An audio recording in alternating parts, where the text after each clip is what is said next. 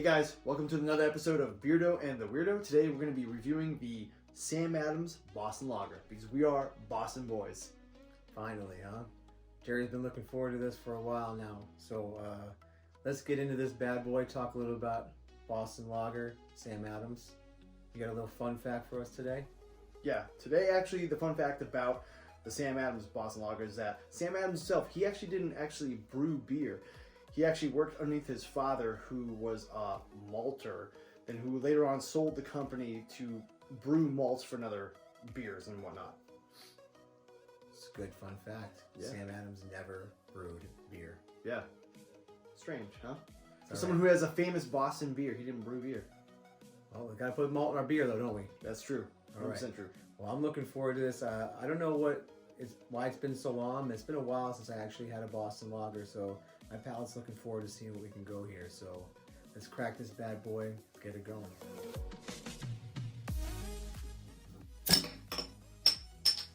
Toffee.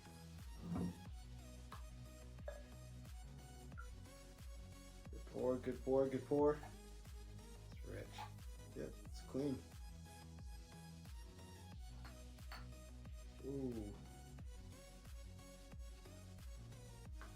Now, I have to say, that's one beautiful beer. Yeah, it is. Golden yellow on the bottom, amber to the top. And look at the bubbles. It's well put together. Carbonation in this is solid, like a tornado in the middle here. Oh yeah. Well put together. Yep. Look at that. Almost like taste the flavor. Yeah, I'm looking forward to getting my nose in this thing.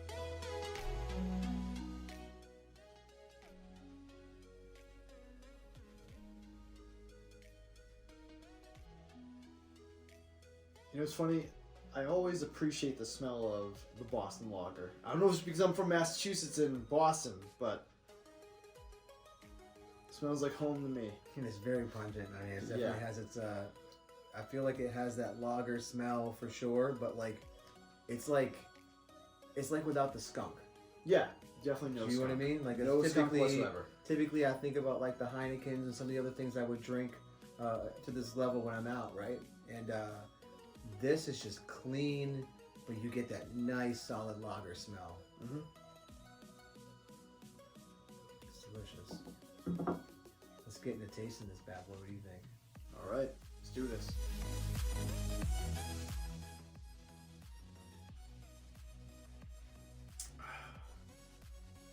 That's good. That's good. Wow.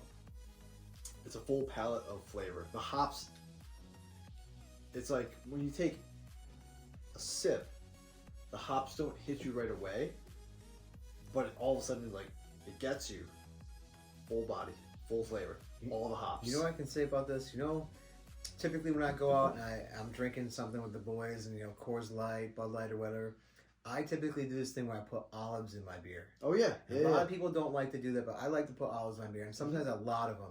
What I can say about this is I don't need to put anything in this beer. No, definitely not. It is delicious. It has that, like, you know, I hate to say pickly, but it has that, like, that pickled flavor where, like, it's just refined, it's bitter in the right places, it's crisp, it's a punch to your mouth. Yep. I mean, well done. The olive things too. The olive things is because of sodium.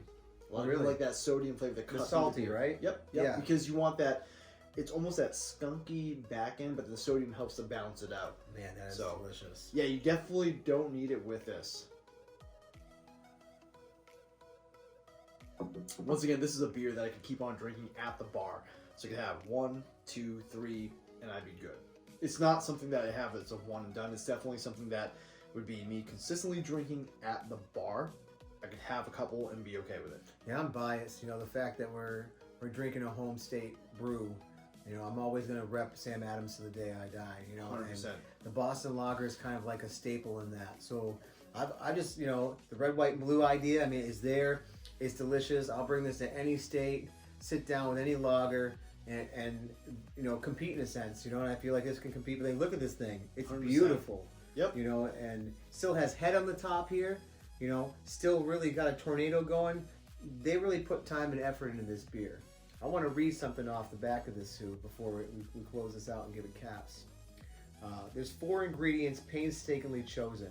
Every year we travel to Bavaria to hand-select Hallertau, Millefrau, hops, and the high American plains for the finest 2-row summer barley. We cultivate our own lager yeast, and I personally sample every batch. All our hard work goes into brewing this distinctly flavored and complex beer for you. Cheers. This is Jim Kosh, founder and brewer. Now, that means a lot to me when you have the guy who runs the company, the founder here, who's really making sure it's known that he puts his time and effort into these bottles. And, you know, there's going to be microbrews here, there, and everywhere, you know, popping up. These guys have been around. They're going to stay around. They ain't going nowhere. This beer isn't going anywhere. It's a personal touch from him, essentially.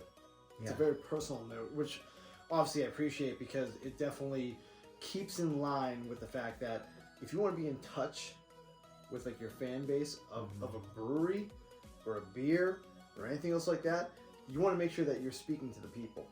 Yeah, and you know, you have a following. We as New Englanders, I mean, you know, we share a lot of things when it comes to certain things like sports and whatnot. You know, and I think it kind of it goes true. Anybody that's out here, New Hampshire, Vermont, you know, Connecticut, Rhode Island, Boston is a staple in general.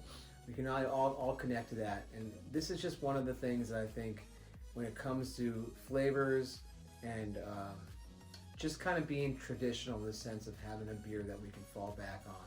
The Boston Lager, I mean, let's get into the verdict. I'm pretty much sold on where I'm going to go. I don't know about you. Same here. Same here. So I'm going to give this thing caps today, 5 caps. You know, again, we can talk about bias, but I'm just going to talk about beer. I'm talking about the quality put into it, the marketing, the fact that, you know, we're sitting here in north central Massachusetts and we know what we're drinking and we're happy to do it every time. You know, it is a winner for me. 5 caps for me all the way. You know, it's a tough capping, but you're right. 5 caps. Not because I'm a Boston boy, but because I appreciate the fact that these guys have done their research. There's a history. These guys personalize it. And as for ourselves, 100%, you have a great looking beer. Lots of hops, lots of bubbles, good head, great long-lasting taste. It definitely outbeats any beer that I've had, especially a lager, 100%. So definitely 5 caps. Sorry, Heineken, not coming back to you, baby. Nope. I got my winner here.